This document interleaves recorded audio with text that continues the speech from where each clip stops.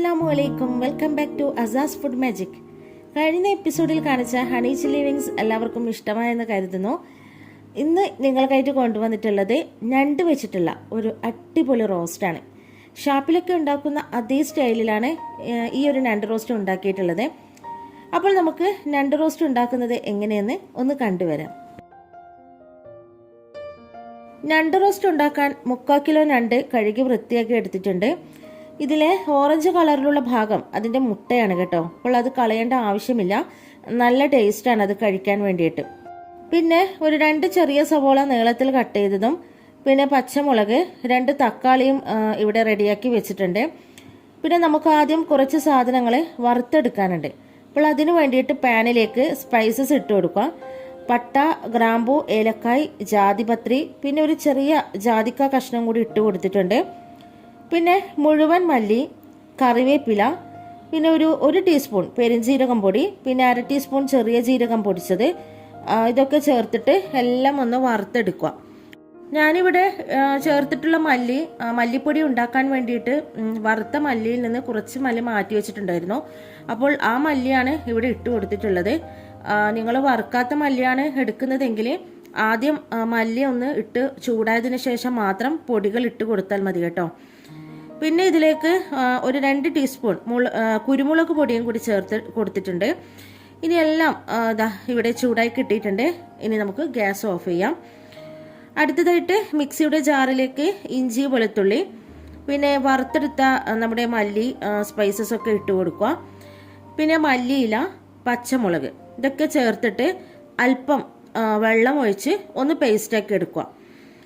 ഇനി നമുക്ക് ഞണ്ട് റോസ്റ്റിനുള്ള മസാല ഉണ്ടാക്കി തുടങ്ങാം. കടായിൽ വെളിച്ചെണ്ണ ഒഴിച്ച് കൊടുത്തിട്ടുണ്ട്. ഇതിലേക്ക് സവോള ചേർത്ത് കൊടുക്കുക. വെളിച്ചെണ്ണ കുറച്ചധികം തന്നെ ഒഴിച്ച് കൊടുത്തിട്ടുണ്ട് കേട്ടോ. പിന്നെ ഇതിലേക്ക് ഉപ്പും മഞ്ഞൾപ്പൊടിയും ചേർത്തിട്ട് നല്ലോണം വഴറ്റുക. അപ്പോൾ സവോള ചെറുതായിട്ട് ഒരു ബ്രൗൺ കളറാവണം. 10 മിനിറ്റ് പാത്രം അടച്ച് വെച്ചിട്ട് ഈ സവോളയ്ക്ക് ഒരു ബ്രൗൺ കളറാവുന്നവരെ നമുക്കൊന്ന് വേവിച്ചെടുക്കാം. സവോള വഴന്നിട്ട് ചെറുതായിട്ട് ഒരു ബ്രൗൺ കളറായി വന്നിട്ടുണ്ട്. ഈ സമയം ക്രഷ്ഡ് ചില്ലി ചേർക്കുക. പിന്നെ ഇതിലേക്ക് നേരത്തെ നമ്മൾ അരച്ച് വെച്ചിട്ടുള്ള ആ ഒരു മസാലയുടെ കൂട്ടുണ്ടല്ലോ, അതും കൂടി ചേർത്തിട്ട് ഒന്ന് വഴറ്റുക. പിന്നെ തക്കാളിയും ഇട്ട് കൊടുത്തിട്ടുണ്ട്. അപ്പോൾ ഞണ്ടും കൂടി ചേർത്ത് കൊടുക്കുക. എന്നിട്ട് ഒരു 1/4 കപ്പ് വെള്ളം ഒഴിച്ചു കൊടുക്കുക. പിന്നെ നമ്മളിവിടെ വെള്ളം കുറച്ച് മാത്രം ഒഴിച്ചു കൊടുത്തത് എന്തെന്ന് വെച്ചാൽ നമ്മൾ റോസ്റ്റ് ആക്കിയിട്ടാണ് ചെയ്യുന്നത്. അപ്പോൾ നിങ്ങൾക്ക് ഗ്രേവി ആവശ്യമുണ്ടെങ്കിൽ അതിനനുസരിച്ചിട്ട് വെള്ളം ഒഴിച്ചു കൊടുക്കാം കേട്ടോ. പിന്നെ ഞണ്ടിൽ നിന്ന് തന്നെ കുറച്ച് അത് വെന്ത് വരുന്ന സമയത്ത് ഞണ്ടിൽ നിന്ന് തന്നെ വെള്ളം ഇറങ്ങി വരും. അപ്പോൾ നിങ്ങൾക്ക് എങ്ങനെയാണോ ഗ്രേവിയാണ് ആവശ്യമെങ്കിൽ അതിനനുസരിച്ചിട്ട് വെള്ളം ഒഴിച്ചു കൊടുക്കുക.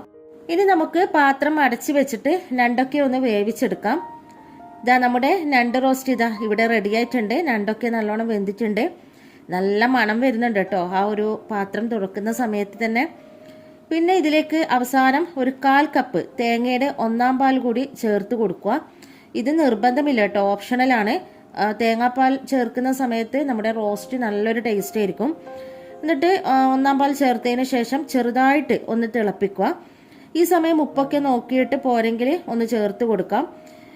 നല്ല കുറുകിയ ചാറോട് കൂടിയിട്ടുള്ള കുരുമുളകൊക്കെ ചേർത്ത് തേങ്ങാപ്പാലിൽ കുറുക്കി എടുത്തിട്ടുള്ള നല്ല കിഡിലൻ ഞണ്ട് റോസ്റ്റ് ഇവിടെ റെഡി ആയിട്ടുണ്ട്. ഇനി നമുക്കിതിലേക്ക് ഒന്ന് വറവിട്ട് കൊടുക്കാനുണ്ട്.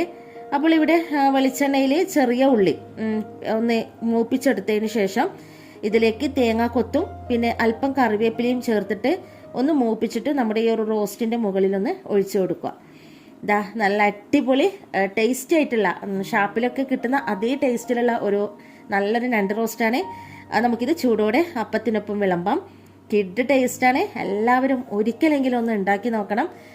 അപ്പോൾ റെസിപ്പി ഇഷ്ടമായാൽ നമ്മുടെ ചാനൽ സബ്സ്ക്രൈബ് ചെയ്യാനും വീഡിയോ ലൈക്ക് ചെയ്യാനും മറക്കരുത്. അപ്പോൾ ഇൻഷാ അല്ലാഹ് നമുക്ക് ഇതുപോലുള്ള കിഡ് റെസിപ്പി ആയിട്ട് നമുക്ക് വീണ്ടും കാണാം. Thanks for watching.